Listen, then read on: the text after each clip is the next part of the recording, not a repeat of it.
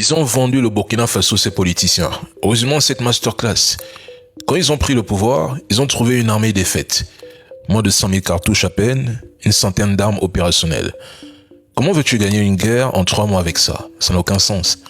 Des puissances ont fait obstacle, beaucoup ont refusé de les vendre des munitions et du matériel. Le Burkina, c'était une armée qui n'était pas assez formée ni préparée. Il a fallu s'équiper, former correctement les soldats et créer leur propre industrie de défense. La France ne leur vendait pas d'armes. Elle a refusé. Et il a raison. Sébastien Lecornu l'a confirmé ici. Soit on fait à leur côté, soit on fait à leur place, c'est pas à l'heure du jour, soit on leur permet de faire. Et si on leur permet de faire, il y a évidemment un niveau d'équipement qu'il faut atteindre. Ça pose des questions sur les prix, les modèles économiques que notre BITD, Base industrielle et technologique de défense, doit aussi proposer à l'Afrique. Je le dis ici sans embâche, je suis ministre de tutelle des industries de défense, je les aime, mais enfin pendant de nombreuses années, le marché africain ne les intéressait pas. Vendre les armes aux Africains ne les intéressait pas. Pourtant, il n'y a pas d'État s'il n'y a pas d'armée forte. Mais pour la France et ses trolls africains, nos pays n'auraient pas besoin d'être militarisés.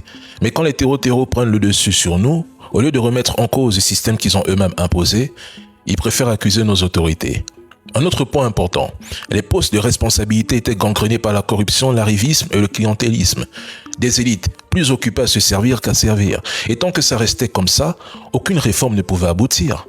Le vrai combat n'était pas seulement de combattre les terreaux, ou de combattre les forces extérieures. Mais il fallait changer les hommes, changer les mentalités, chasser la corruption, réformer l'État, former et éduquer les forces, créer des emplois et produire au Burkina ce dont vous avez besoin. Sans ça, toute victoire était une illusion. Et si aujourd'hui les politiciens hurlent et financent des apatrides sur la toile, mais ce n'est pas par amour du peuple.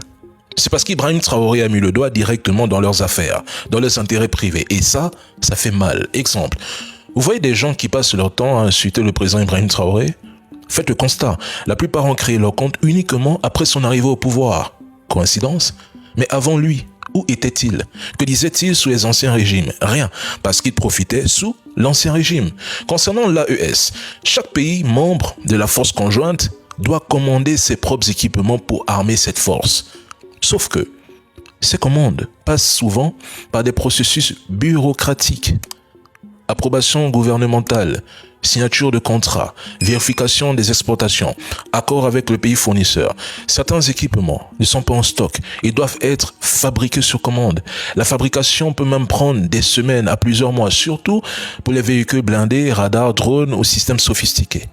Une fois produits, les équipements doivent être transportés par avion cargo, navire ou convoyés par route selon le type et le volume. Le passage par des ports ou aéroports principaux sont mis en exergue. Mais les contrôles douaniers stricts, les inspections et formalités de la logistique, je vous le dis, ça prend des mois. Il a raison. Et je résumerai son passage sur l'AES en une seule phrase. Il ne faut pas répéter les mêmes erreurs. Concernant la Côte d'Ivoire, le président Ibrahim Traoré confirme qu'il y a eu un pacte de non-agression avec les terreaux. Il y a eu un arrangement tactique. Les terreaux n'attaquent pas certaines zones, probablement pour éviter un conflit ouvert ou protéger des intérêts mutuels. Mais ce genre de pacte est très dangereux. Il ne règle rien. Il crée un équilibre fragile basé sur la peur et la convenance. Il peut être rompu à tout moment, laissant le pays vulnérable si un autre dirigeant a la même vision que l'AES, prend le pouvoir en Côte d'Ivoire et appelle à la rupture. Et c'est là le vrai risque. En d'autres termes, ce n'est pas de la paix, c'est une trêve opportuniste qui illustre l'échec des anciens systèmes à affronter le problème de fond. En bref, le capitaine Ibrahim Traoré l'a dit. Quand on choisit la révolution, il faut s'attendre à l'adversité.